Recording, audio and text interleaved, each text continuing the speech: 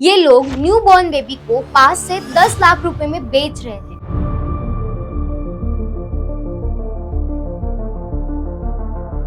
और क्या हमारे हॉस्पिटल और गांव भी इसमें शामिल है? डील 5 लाख रुपए में फाइनल होने वाली थी। CBI rescued 2 newborn babies and 7 to 8 children. The central agency is currently interrogating several people in the case, including the women who had allegedly sold the children. A few hospital ward boys also have been detained. According to sources in the CBI, 10 children have been sold over the past 1 month, and the newborn babies were being sold for around 4 to 5 lakh rupees. ये gang Rajasthan और गुजरात के दूर के गांव और hospital को target करता था। चाइना में एक समय बेबी बाइंग इतनी आम थी कि वहाँ ब्लैक मार्केट में बच्चे ओपनली बिकते थे। और ये कहानी इतनी खौफनाक है कि सुनकर रूह कांप जाएगी। बच्चा जिसे भगवान का रूप माना जाता है, उसी बच्चे को लेकर लोग पैसे कमा रहे हैं। दिल्ली पुलिस ने हाल ही में एक ऐसा रैकेट पकड़ा है जो बच्चों की स्मगलिंग करता था। और ये कहानी इतनी खौफनाक है कि सुनकर रूह कांप जाएगी। दिल्ली में एक बड़ा चाइल्ड ट्रैफिकिंग गैंग पकड़ा गया है। ये लोग न्यू बॉर्न बेबी को 5 से 10 लाख रुपए में बेच रहे हैं और अब तक कम से कम 35 बच्चों की स्मगलिंग हो चुकी है। सवाल ये है कि आखिर ये रैकेट काम कैसे करता था और क्या हमारे हॉस्पिटल और गाँव भी इसमें शामिल है? कहानी शुरू होती है 8 अप्रैल। दिल्ली पुलिस की द्वारका डिस्ट्रिक्ट स्पेशल टीम को एक टिप मिली कि उत्तम नगर में एक बच्चा बेचा जाने वाला है।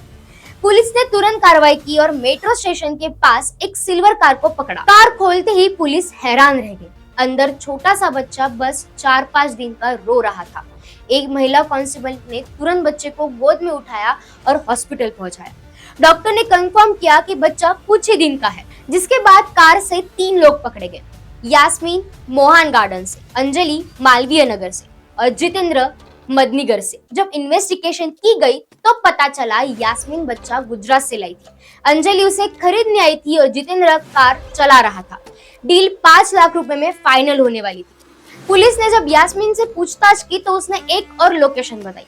वहां से पुलिस ने दूसरा बच्चा भी रिकवर किया। यानी ये नेटवर्क कई बच्चे को अलग अलग जगह पर छुपा कर रखता था। ये गैंग राजस्थान और गुजरात के दूर के गांव और हॉस्पिटल को टारगेट करता था।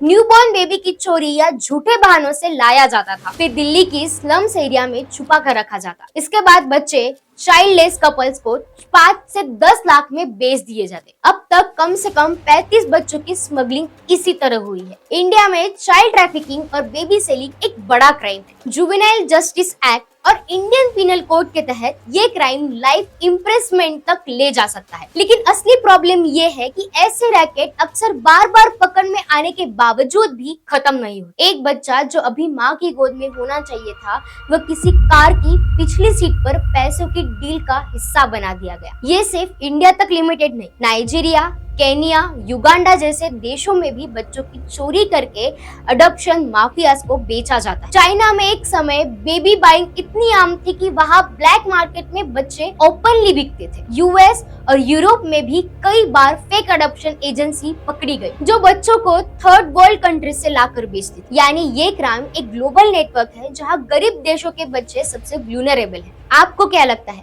ऐसे चाइल्ड ट्रैफिकिंग नेटवर्क को रोकने के लिए गवर्नमेंट को और क्या कदम उठाने चाहिए? हमें कमेंट में जरूर बताएं।